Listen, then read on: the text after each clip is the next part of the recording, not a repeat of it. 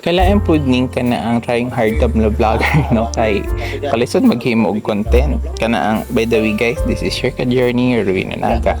So kanabi tong napahunong yung ko sa akong nabasa na basa na ako na kana ang parang post siya, sabi niya dito na what if kuno og mamatay ta og sayo or mabuhi tang dugay, kay ug halimbawa mamatay tag sayo sa may ay halimbawa mamatay ta ba unexpected niya sa may kana ang kuan bito sa to ang pamilya bitaw sa to ibilin basi may instead na kana ang nata ibilin na kayuhan basta tong ibilin kana ang utang bitaw unya og kanang dugay ka pud mamatay niya nakaipon tapos maipon or wala tapos duha na pud mo mapangadtuan magiging kana ang burden ka or blessing ka sa imong pamilya. Halimbawa kung mamatay ka kuan pwede ka mamatay ka pero bito ang naakay tawag ani naakay kwarta pagurang nimo mga 94 mga 90 plus mga inano tapos kaya pa nimo i-finance imong kagalingon mas good to siya kaysa maging burden na